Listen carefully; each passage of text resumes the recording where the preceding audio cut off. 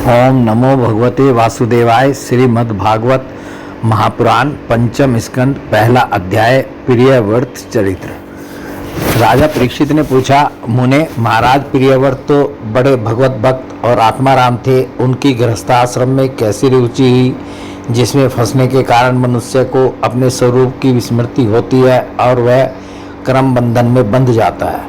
विप्रवर निश्चय ही ऐसे निसंग महापुरुषों का इस प्रकार गृहस्थाश्रम में अभिनिवेश होना उचित नहीं है। इसमें किसी प्रकार का संदेह नहीं कि जिनका चित्त पुण्य कीर्ति श्री हरि के चरणों की शीतल छाया का आश्रय लेकर शांत हो गया है, उन महापुरुषों की कुटुंब आदि में कभी आसक्ति नहीं हो सकती। ब्राह्मण, मुझे इस बात का बड़ा संदेह है कि महाराज प्रियव्रत ने स्त्री, घर और पुत्रादि में आसक्त रहकर भी किस प्रकार सिद्धि प्राप्त कर ली और क्यों कर उनकी भगवान श्री कृष्ण में अविचल भक्ति हुई। श्री सुखदेव जी ने कहा, राजन, तुम्हारा कथन बहुत ठीक है। जिनका चित्त पवित्र कीर्ति श्री हरि के परम मधुर चरण कमल मकरंद के रस में सरोबार हो गया है, वे किसी विघ्न बाधा के कारण रुकावट आ जाने पर भी भगवत भक्त परमहंसों के प्रिय श्री वासुदेव भगवान के कथा श्रवण रूपी परम कल्याण में मार्ग को प्राय छोड़ते नहीं। राजन, राजकुमार प्रियव्रत बड़े भगवत भक्त थे। श्री नारद जी के चरणों की सेवा करने से उन्हें सहज में ही परमार्थ तत्व का बोध हो गया था।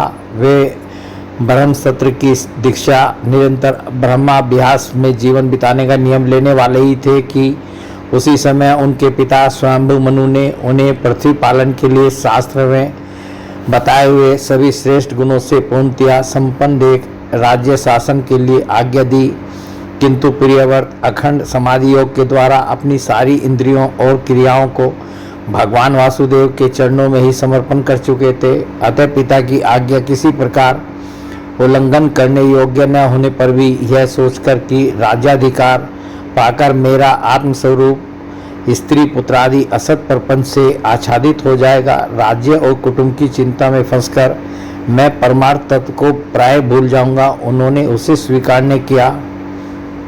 आदिदेव स्वयंभु भगवान ब्रह्मा जी को निरंतर इस गुण में प्रपंच की वृद्धि का ही विचार रहता है। वे सारे संसार के जीवों का अभिप्राय जानते रहते हैं। जब उन्होंने प्रियव्रत की ऐसी प्रवृत्ति देखी तब वे मूर्तिमान चारों वेद और मरीचि आदि पार्षदों को साथ लिए अपने लोक से उतरे। आकाश में जहाँ तहाँ विमानों पर चढ़े हुए इंद्र आदि प्रधान देवताओं ने उनका पूजन किया तथा मार्ग में टोलियां बांधकर आए हुए सिद्ध, गंधर्व, साध्य, चारण और मुनिजन ने स्तवन किया। इस प्रकार जगह जगह आदर सम्मान पाते हुए साक्षात नक्षत्रनाथ चंद्रमा के समान घन वादन की घाटी को प्रकाशित करते हुए प्रियव्रत के पास पहुंचे। प्रियव्रत को आत्मविद्या का उपदेश देने के लिए वहां नारद जी भी आए हुए थे। ब्रह्मा जी के वहां पहुंचने पर उनके वाहन हंस को देखकर देव ऋषि जान गए कि हमारे पिता भगवान ब्रह्मा जी पधारे हैं। अतः वे स्वयंभु मनु और प्रियव्रत के सहित तुरंत खड़े हो गए और सबने उनको हाथ जोड़कर प्रणाम किया। परीक्षित, नारद जी ने उनकी अनेक प्रकार से पूजा की और सुमधुर वचनों में उनके गुण और अवतार की उत्कृष्टता का वर्णन किया। तब आदि पुरुष भगवान श्री ब्रह्मा जी ने प्रियव्रत की ओर मंद मुस्कान युक्त दया दृष्टि से देखते हुए इस प्रकार कहा। श्री ब्रह्मा जी ने कहा, बेटा, मैं तुमसे सत्य सिद्धांत की बात कहता हूँ, ध्यान देकर सुनो। तुम्हें अपरमेय श्री हरि के प्रति किसी प्रकार की दोष दृष्टि नहीं रखनी चाहिए। तुम ही क्या, हम महादेव जी, तुम्हारे पिता स्वयंभु मनु और तुम्हारे गुरु ये महर्षि नारद भी विवश होकर उन्हीं की आज्ञा का पालन करते हैं। उनके विधान को कोई भी देहधारी न तो तप, विद्या, योग बल या बुद्धि बल से, न अर्थ या धर्म की शक्ति से और न स्वयं ही किसी दूसरे की सहायता से ही टाल सकता है।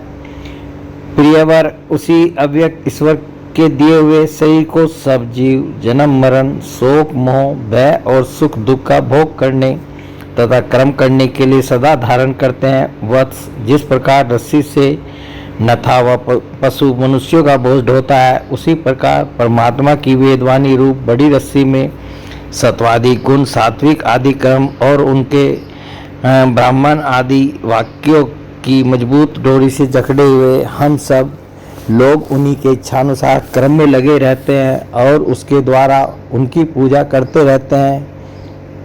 हमारे गुण और कर्मों के अनुसार प्रभु ने हमें जिस योनि में डाल दिया है उसी को स्वीकार करके वे जैसी व्यवस्था करते हैं उसी के अनुसार हम सुख या दुख भोगते रहते हैं। हमें उनकी इच्छा का उसी प्रकार अनुसरण करना पड़ता है जैसे किसी अंधे को आँख वाले पुरुष का मुक्त पुरुष भी प्रारब्ध का भोग करता हुआ भगवान की इच्छा के अनुसार अपने शरीर को धारण करता ही है। ठीक वैसे ही जैसे मनुष्य की निद्रा टूट जाने पर भी स्वप्न में अनुभव किए हुए पदार्थों का स्मरण होता है, इस अवस्था में भी उसको अभिमान नहीं होता और विषय वासना के जिन संस्कारों के कारण दूसरा जन्म होता है उन्हें वह स्वीकार नहीं करता। जो पुरुष इंद्रियों की वशीभूत है वह वन वन में विचरण करता रहे तो भी उसे जन्म मरण का भय बना ही रहता है, क्योंकि बिना जीते हुए मन और इंद्रिय रूपी उसके 6 शत्रु कभी उसका पीछा नहीं छोड़ते। जो बुद्धिमान पुरुष इंद्रियों को जीतकर अपनी आत्मा में ही रमन करता है उसका गृहस्थ आश्रम भी क्या बिगाड़ सकता है।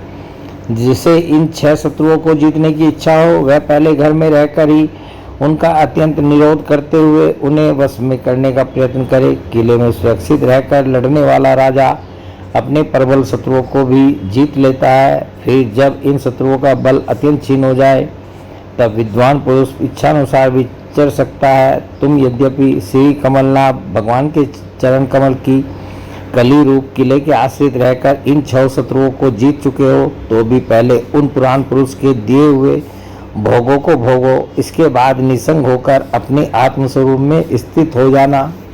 श्री सुखदेव जी कहते हैं, जब त्रिलोकी के गुरु श्री ब्रह्मा जी ने इस प्रकार कहा तो परम भागवत प्रियव्रत ने छोटे होने के कारण नम्रता से सिर झुका लिया और जो आज्ञा ऐसा कहकर बड़े आदर पूर्वक उनका आदेश शिरोधार्य किया। तब स्वयंभू मनु ने प्रसन्न होकर भगवान ब्रह्मा जी की विधिवत पूजा की। इसके पश्चात वे मन और वाणी के अविषय अपने आश्रय तथा सर्व व्यवहारातीत पर ब्रह्म का चिंतन करते हुए अपने लोक को चले गए। इस समय प्रियव्रत और नारद जी सरल भाव से उनकी ओर देख रहे थे। मनु जी ने इस प्रकार ब्रह्मा जी की कृपा से अपना मनोरथ पूर्ण हो जाने पर देव ऋषि नारद की आज्ञा से प्रियव्रत को संपूर्ण भूमंडल की रक्षा का भार सौंप दिया और स्वयं विषैले जल से भरे हुए गृहस्थ आश्रम रूपी दुस्तर जलाशय की भोगेच्छा से निवृत्त हो गए। अब पृथ्वीपति महाराज प्रियव्रत भगवान की इच्छा से राज्य शासन के कार्य में नियुक्त हुए। जो संपूर्ण जगत को बंधन से छुड़ाने में अत्यंत समर्थ हैं, उन आदि पुरुष श्री भगवान के चरण युगल का निरंतर ध्यान करते रहने से यद्यपि उनके राग आदि सभी मल नष्ट हो चुके थे और उनका हृदय भी अत्यंत शुद्ध था, तथापि बड़ों का मान रखने के लिए वे पृथ्वी का शासन करने लगे। तदंतर उन्होंने प्रजापति विश्वकर्मा की पुत्री बहिष्मति से विवाह किया। उससे उनके 10 पुत्र हुए। वे सब उन्हीं के समान शीलवान, गुणी, कर्मनिष्ठ, रूपवान और पराक्रमी थे। उनसे छोटी ऊर्जस्वती नाम की कन्या भी हुई। पुत्रों के नाम आग्नेय, इदमजीव, यज्ञबाहु, महावीर, हिरण्यरेता, धृष्टपृष्ठ, सवन, मेधातिथि, वीतिहोत्र और कवि थे। वे सब नाम अग्नि के भी हैं। इनमें कवि, महावीर और सवन ये 3 नैष्ठिक ब्रह्मचारी हुए। इन्होंने बाल्यावस्था से आत्मविद्या का अभ्यास करते हुए अंत में संन्यासाश्रम ही स्वीकार किया। इन निवृत्ति प्राण महर्षियों ने संन्यासाश्रम में रहते हुए समस्त जीवों के अधिष्ठान और भवबंधन से डरे हुए लोगों को आश्रय देने वाले भगवान वासुदेव के परम सुंदर चरणारविंदों का निरंतर चिंतन किया। उससे प्राप्त हुए अखंड एवं श्रेष्ठ भक्ति योग से उनका अंतःकरण सर्वदा शुद्ध हो गया और उसमें श्री भगवान का आविर्भाव हुआ। तब देहादि उपाधि की निवृत्ति हो जाने से उनकी आत्मा की संपूर्ण जीवों के आत्मभूत प्रत्यगात्मा में एक ही भाव से स्थिति हो गई।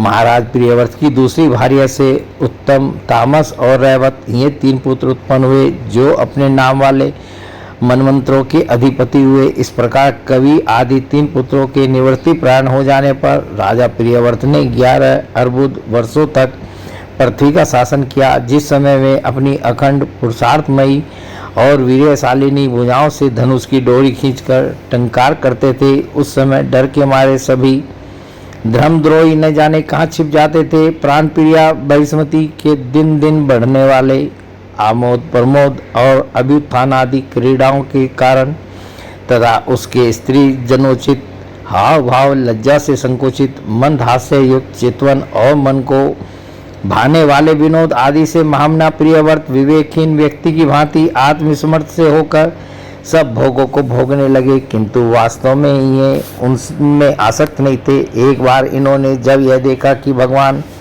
सूर्य सुमेरु की परिक्रमा करते हुए लोकालोक पर्यंत पृथ्वी के जितने भाग को आलोकित करते हैं उसमें से ही आधा ही प्रकाश में रहता है और आधे में अंधकार छाया रहता है, तो उन्होंने इसे पसंद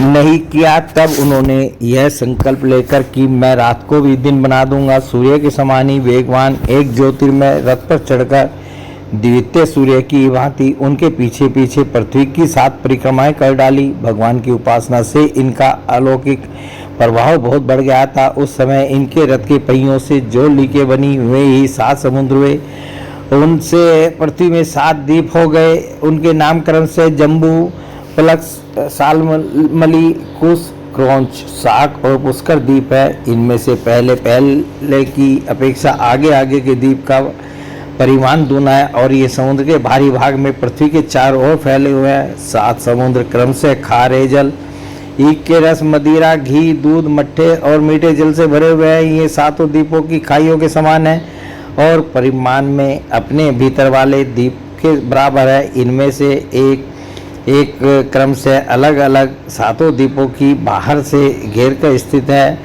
बहिष्मती पति महाराज प्रियव्रत ने अपने अनुगत पुत्र आग्नेन्द्र, इद्मजीव, यज्ञभाव, हिरण्यरेता, धृतपृष्ठ, मेधातिथि और वीतिहोत्र में से क्रमशः एक एक को उक्त जम्बू आदि द्वीपों में से एक एक का राजा बनाया। उन्होंने अपनी कन्या ऊर्जस्वती का विवाह शुक्राचार्य से किया। उसी से शुक्र कन्या देवयानी का जन्म हुआ। राजन, जिन्होंने भगवत चरणारविंदों की रज के प्रभाव से शरीर के भूख, प्यास, शोक, मोह और जरा मृत्यु इन 6 गुणों को अथवा मन के सहित 6 इंद्रियों को जीत लिया है, उन भगवत भक्तों का ऐसा पुरुषार्थ होना कोई आश्चर्य की बात नहीं है, क्योंकि वर्ण बहिष्कृत, चांडाल आदि नीच योनि का पुरुष भी भगवान के नाम का केवल एक बार उच्चारण करने से तत्काल संसार बंधन से मुक्त हो जाता है।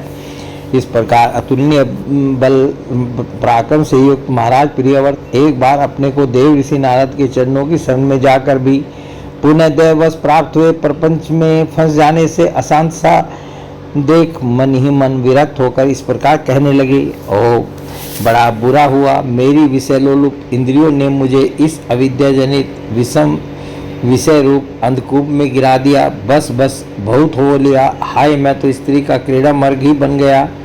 उसने मुझे बंदर की भांति नचाया। मुझे धिक्कार है। इस प्रकार उन्होंने अपने को बहुत कुछ बुरा भला कहा।